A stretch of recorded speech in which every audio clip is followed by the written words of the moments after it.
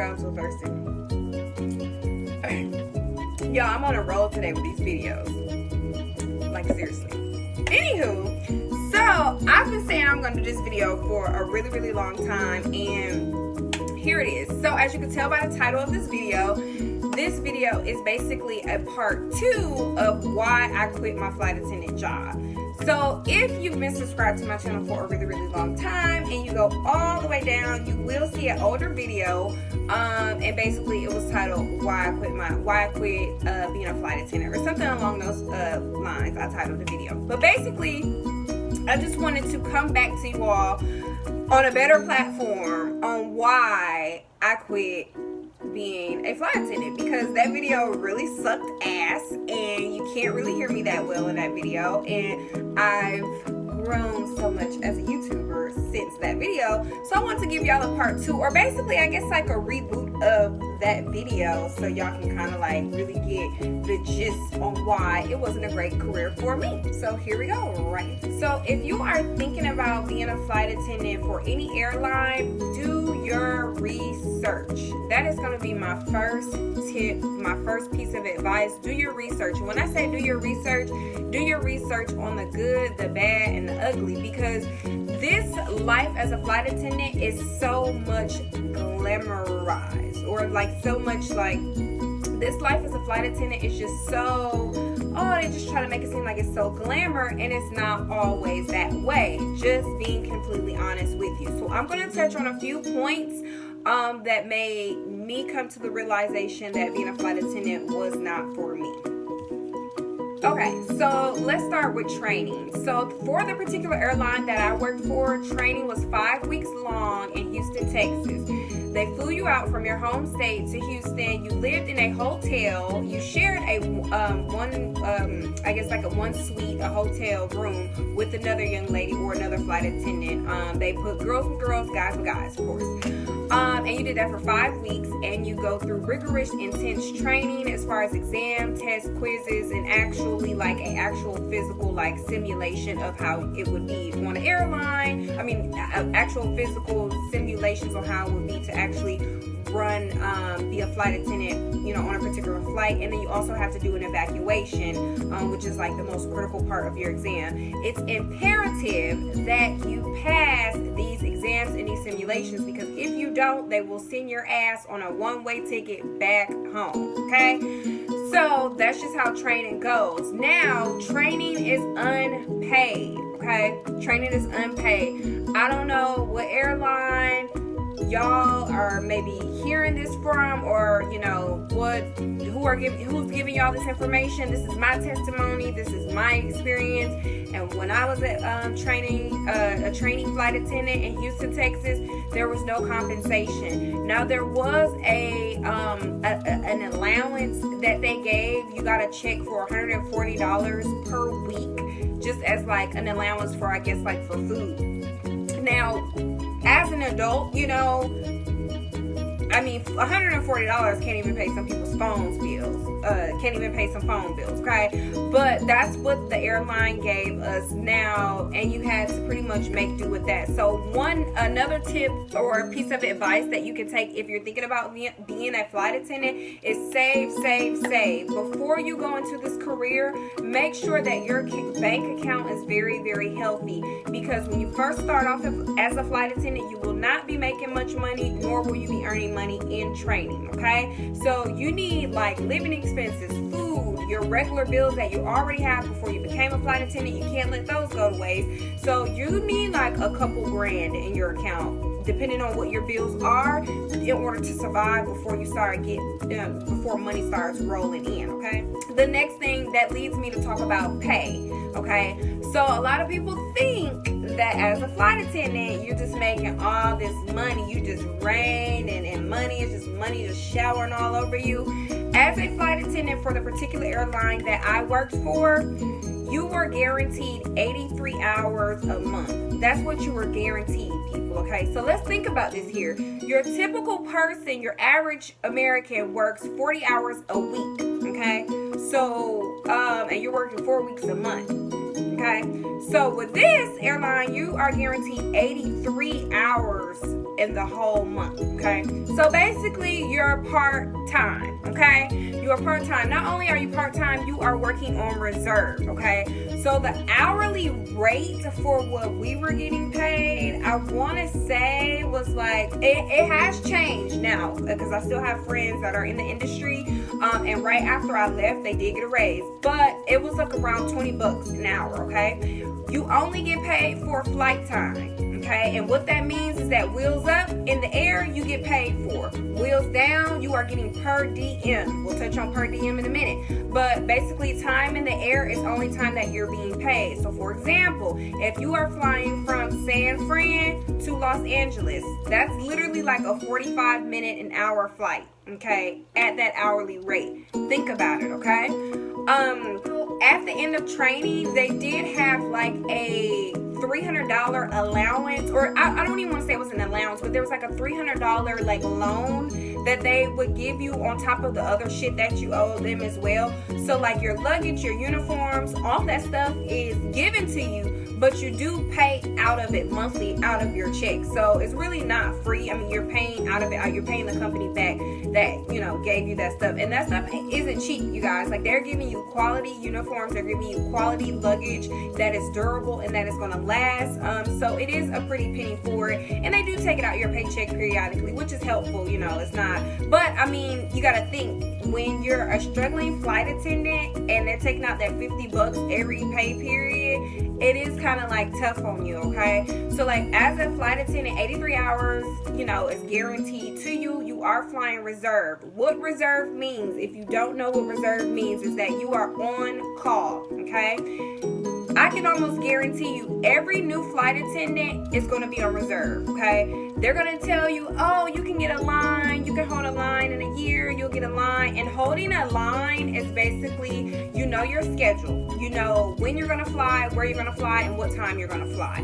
Everybody wants to hold a line. The goal is to hold a line because it helps you to maneuver your own personal life. If I know I'm going to be in this city, this state, at this day, and this time, then I know that I can plan my personal life around that. Okay, I'm going to do this on this day, I'm going to do this on that day. If you have kids, a husband, it also helps you better to maneuver your personal life if you are holding a line. I can almost guarantee you, as a new flight attendant straight out of training, you're going on reserve, okay?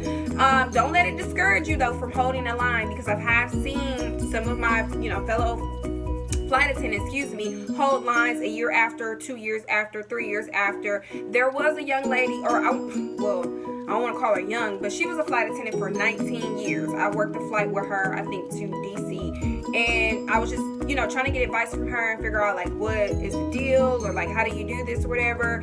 She said she has been on reserve for 19 years. I don't know how. I don't know what she was doing. I don't know if she was putting in bids to get a line. I don't know, but that kind of like, I took that information and I was like, wow, like, damn. You meet a lot of senior mamas, because that's what they call them, a lot of senior mamas who have been on reserve for quite some time. And you like, damn, sis, like, you still out here, like, getting called in at like 4 a.m, like, for trips. Yeah, it's like that. Also, since we're touching on being a reserve flight attendant, being a flight attendant is not just a job. It's not. And if you think it is, it's probably not the right job for you. Being a flight attendant is definitely a lifestyle. It is a career and it is a lifestyle. Being a flight attendant, your life revolves around your job or your career as a flight attendant. So you will get calls at 3 in the morning. I've gotten calls at 3 in the morning like, hey, we need you on this flight here now, okay? We need you to come. So let me just rewind back. Okay, so training, 5 weeks long in Houston, non-paid, $140 allowance. In training, I think in like week 3 or 4, they let you have like a wish list basically, and they let you know what hubs are available, and then from there you put them in order on which one you would like to go to, you know, first, second, or last. So I think the options that we had was LA, Newark, and Chicago. those were the options that we had. So of course I put LA as first. I think I put Newark second, and then I put Chicago last. And I got my first pick. I got LA. So after training, I was based in Los Angeles. So towards the end of training, you have to figure out your living situation, because the airline does not provide you with living arrangements. They don't pay for living arrangements. Everything is your responsibility on yourself. So that's why I refer back to making sure that you have a healthy savings account. You know, you have some backup, you know, some support financially, because no matter where, if you're from a small town and, you know, living expenses aren't that much where you're from, guarantee you, wherever you're going to be based at, living expenses are way more. Los Angeles and San Francisco are one of the two of the most expensive cities in the United States of America. And me at the time, I knew that, but I didn't know that it was that serious. And when I tell you, Los Angeles, that's why the homeless population is so big there, because like I was about this close away from being homeless, like kid you not. So towards the end of training, like you kind of get together with like your fellow classmates and kind of figure out your living situations. So I discovered they have these things called crash pads. Okay, so basically crash pads are houses that are rented out to flight attendants and pilots. It can either be all from the same airline. The particular one that I lived in, it was mixed, so it was other airlines there as well. And basically you just crash there while you're in your base city. A lot of people commute. So yeah, I'm based in LA, but I live in Atlanta. My family and stuff like that is in Atlanta. And a lot of people commute. On the off days, they go home to their home city, and then when it's time for them to work, they fly back to their base city. For me, that just didn't work, because I'm from Atlanta. Well, I'm not from Atlanta, but I grew up in Atlanta. My family is in Atlanta, and then I got based in LA. So the time difference and just flying back and forth was just too much. So I packed up everything and I moved to Los Angeles, California. I stayed right around the corner from LAX airport in El Segundo, California, which is like, I guess like a little suburb area of LA. Either way it goes, it was a really nice area. I love the area, but when I tell you, it was very, very expensive to live there. So the crash pad, of course the owner gives you like a deal, because there's literally like 20 people living in one house, okay? And it's like a 3-4 bedroom house, and there's like 2-3 bathrooms or whatever. And you just there's gonna be different people that live in this crash pad house, okay? All different walks of life, all different races, all different types of people.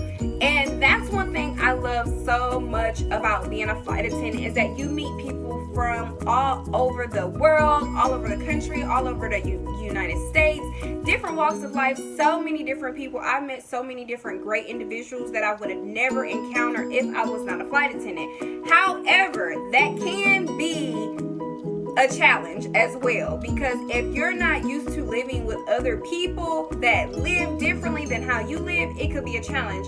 I've had, girls who were not as clean as I felt like they should been, and we're living in close quarters, so it made it very challenging. Now again, the prices for crash pads are like discounted, because it is 20 people living in there, and the owners, I think the guy that like owned our crash pad, he was a flight attendant as well. So there you have it. You find your crash pad or your living arrangements however you wish to live. Some people get their own apartment, some people have family in that particular city, some people do crash pads, some people don't even move to that city at all. They just commute from their home city to their base city, which I don't recommend doing, because as a new flight attendant, you are on probation. And what that means is that for the particular airline that I worked for, you were on probation for 8 months. And what that probation means is that you cannot miss a day of work. Pretty much, you can't miss a day of work. If you get sick or ill, they do not want you to miss a day. No missed trips, no reporting late to work. And honestly, like, I'm not gonna lie to you, it is very, very difficult to not be late or get sick For me, as a flight attendant, I got sick quite often. And this was something that, didn't work for me. If you are a flight attendant or thinking about being a flight attendant, it is imperative for you to really take good care of yourself. So you need to be taking vitamins, you need to be drinking orange juice, you need to be exercising, you need to be making sure that you are taking great care of your mind, body, and spirit, because this job can take a great physical toll on you, on your mind and your body. I had an incident where I was hospitalized once. I had ended up getting the flu. Now think about it, as a flight attendant, your workspace is an aircraft, okay? And a lot of times those aircrafts, they literally land, deplane, and replane. Like, people are getting off and then people get back on. So the air on airplanes are circulated air, okay? These planes are traveling out of the country, in the country, out of the country, in the country. And a lot of that, there's a lot of germs on airplanes. That's why I could never understand why people take their shoes off on airplanes. That is disgusting if you do that. Anyway, so it's imperative that you take care of yourself. So I guess just in the midst of, dealing with different passengers and stuff like that, I got the flu and I got sick and I was down and out. When you get when you get the flu in the airline industry, basically you need a doctor's note. So I took my doctor's note to my supervisor and I was grounded. The doctor actually advised that I do not work. So the airline grounded me, which basically means that I'm out of work, I'm out of commission for, I think I was out for 4 days, which really took a hit on my pay. And also I was in trouble with the airline because you can't miss no days, you on probation. Now they didn't fire me or anything like that because of it. They just kind of were kind of looking at me sideways, bitch, we need you. And I'm just I'm sick, can't do it. There was another incident where I had got sick on the aircraft. I had got nauseous and just I just kept throwing up profusively, so once we landed on the ground, they had EMS meet me on board, take my vitals, and take me to the hospital, because girl, I was down and out. Also, think about flying all the time, okay? Like I said, being a flight attendant is a lifestyle, so you are constantly up and down in the air, okay? That can take a toll on your body as well. That's why it's imperative to eat right, exercise, and just live a good, wholesome life all the way around, because it is the truth. I want you people to think about flying as a passenger is completely different than flying as a flight attendant. It's completely different. And excuse the lighting, y'all. The sun is going down. I get this video out for y'all. But yeah, so I want you to think about, what was I talking about? I forgot. You get to go to all these cool places. You get to layover and have so much fun while you're there. Literally, you guys, for the airline that I worked for at the time, the only 24-hour layovers that I got was Hawaii and Melbourne, Australia, okay? And the reason that those layovers were 24 hours is because of the distance from Los Angeles, okay? And when I say base city, what that means is that you will always start and end your trips in your base city. So I was based in Los Angeles. That means I started my trips in Los Angeles, and then when I flew back and forth, I always ended my trips in Los Angeles, okay? So those were the only 24-hour layovers that I received. Most of the time, most of your layovers are between 8 and 10 hours long, okay? So what that means is that when you land in your base city, okay, when you land in that city, for example, I flew from LA to Newark, New Jersey, okay? I flew from LA to DC. That was a 10-hour layover, okay? So once the plane lands, wheels hit the ground, that's when the clock starts rolling for your layover. Yes, that's when the clock starts rolling. People are still deplaning. They're getting off the plane, and passengers love to take their time getting off the plane, okay? We need you to hurry up, get your shit, get off the plane. But they love to take their time. The clock is rolling, okay? And when I say the clock is rolling, remember I said you get paid for only time in the air.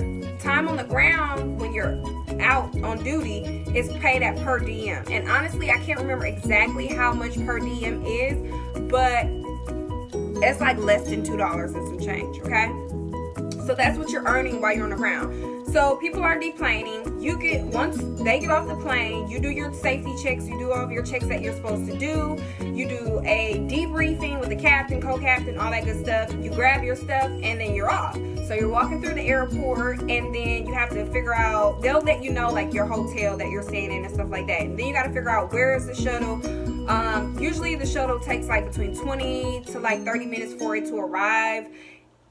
Mind you, now we have 10 hours, okay? And this includes sleeping, all that good stuff, okay? So now you're down to about like an hour now. So now you have 9 hours. You finally get in the shuttle, go to your hotel. Once you get to your hotel, you still need to, you know, debrief yourself. You need to relax, watch TV, wind down, just relax. Like, I know for me, I can't just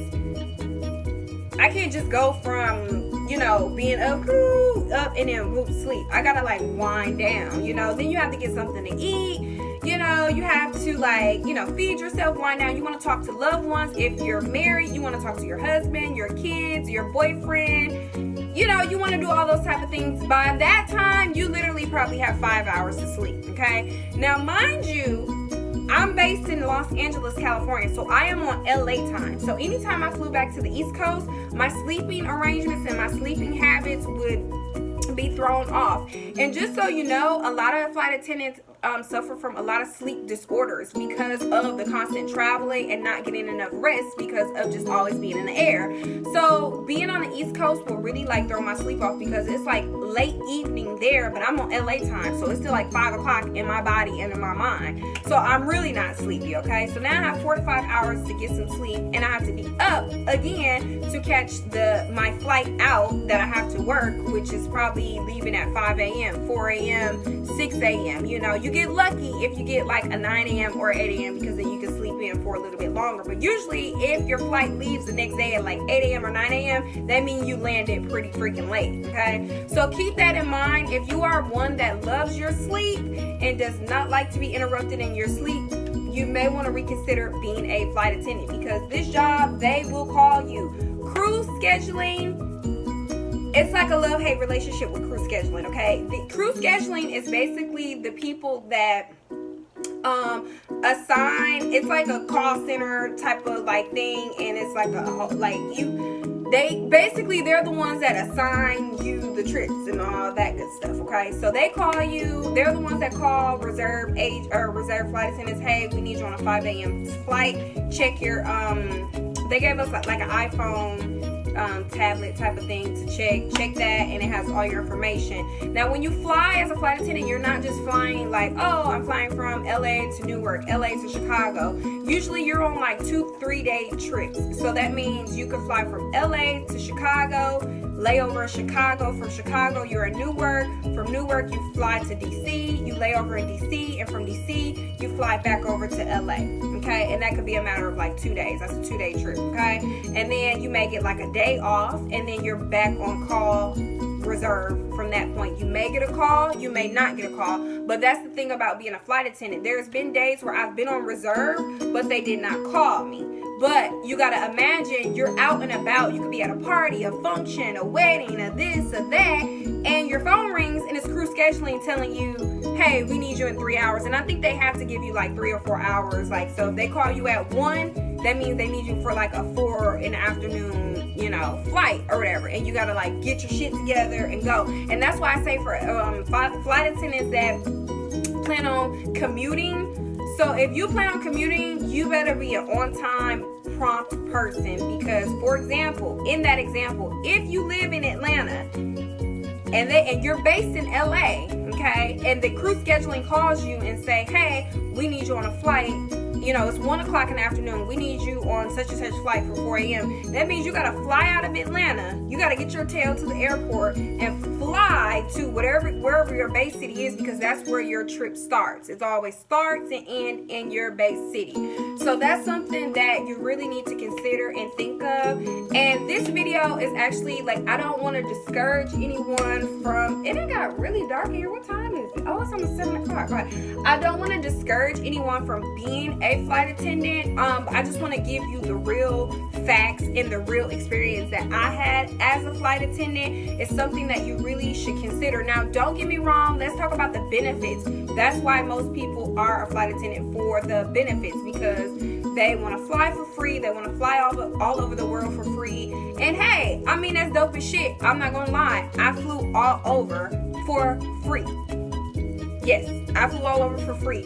But what got me is that by the time I got my off days, I didn't want to damn fly. I was so exhausted, so tired, and so sleepy that by the time I had an off day, my friends were like, oh, let's go to Paris, let's go here, let's go there.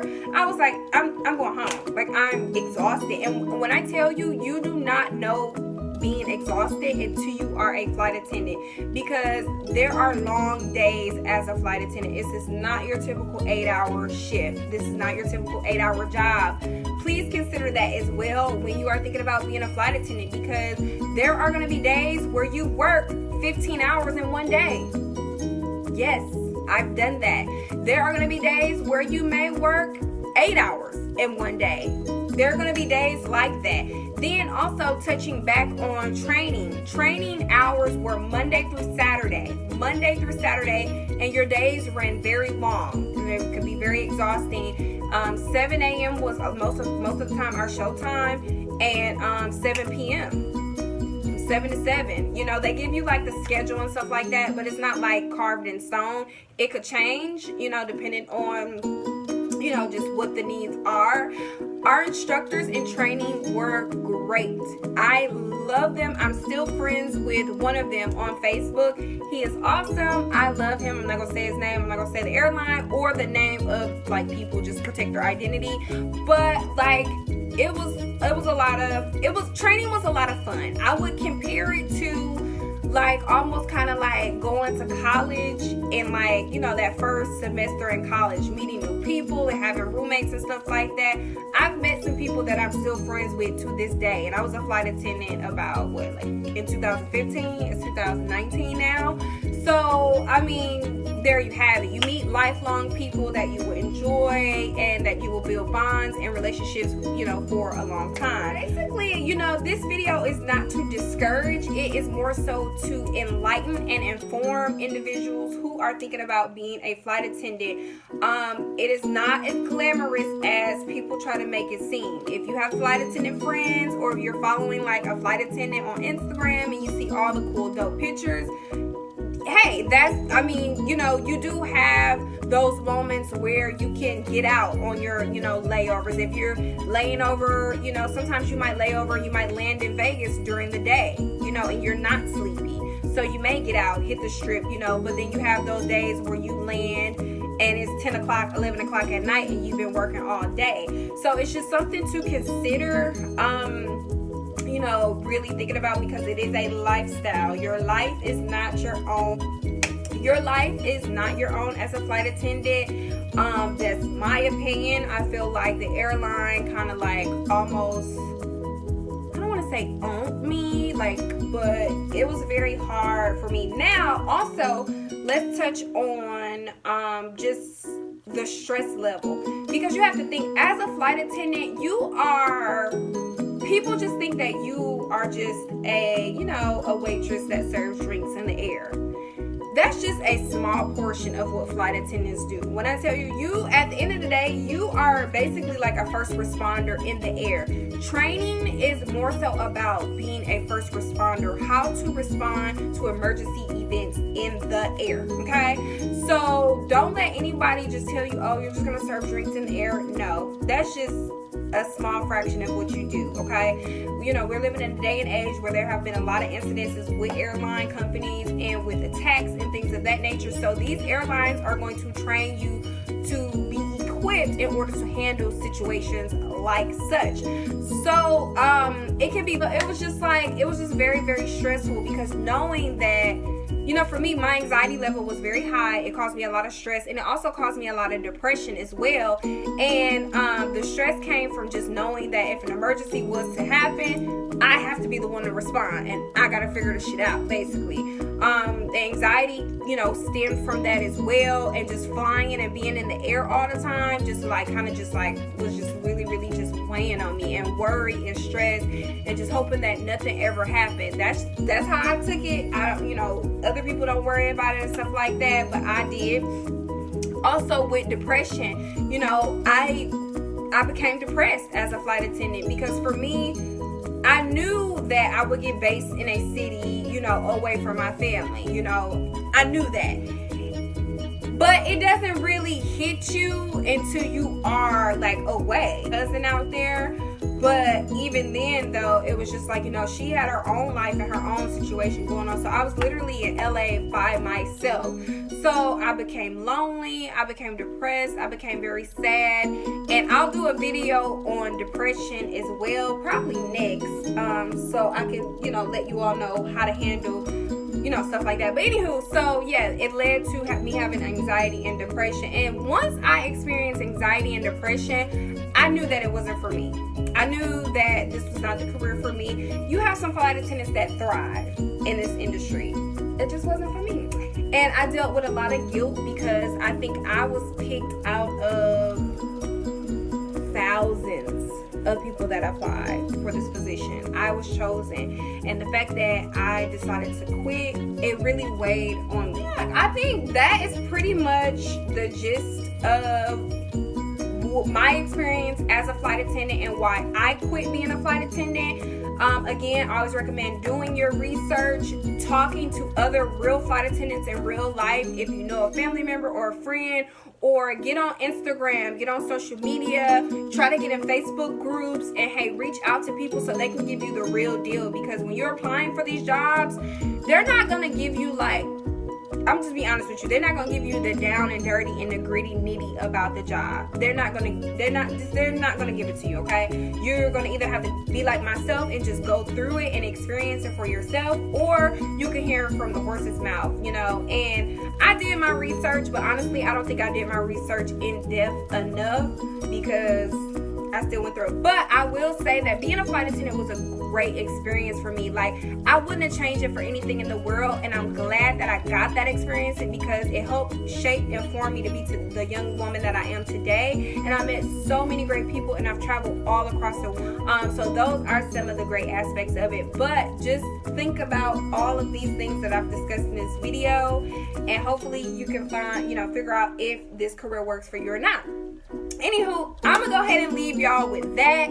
Again, I want to thank you all so much for watching my video. If you like this video, thumbs it up. If you didn't like this video, still give me a thumbs up. If you haven't subscribed to my channel, be sure to hit the red subscribe button.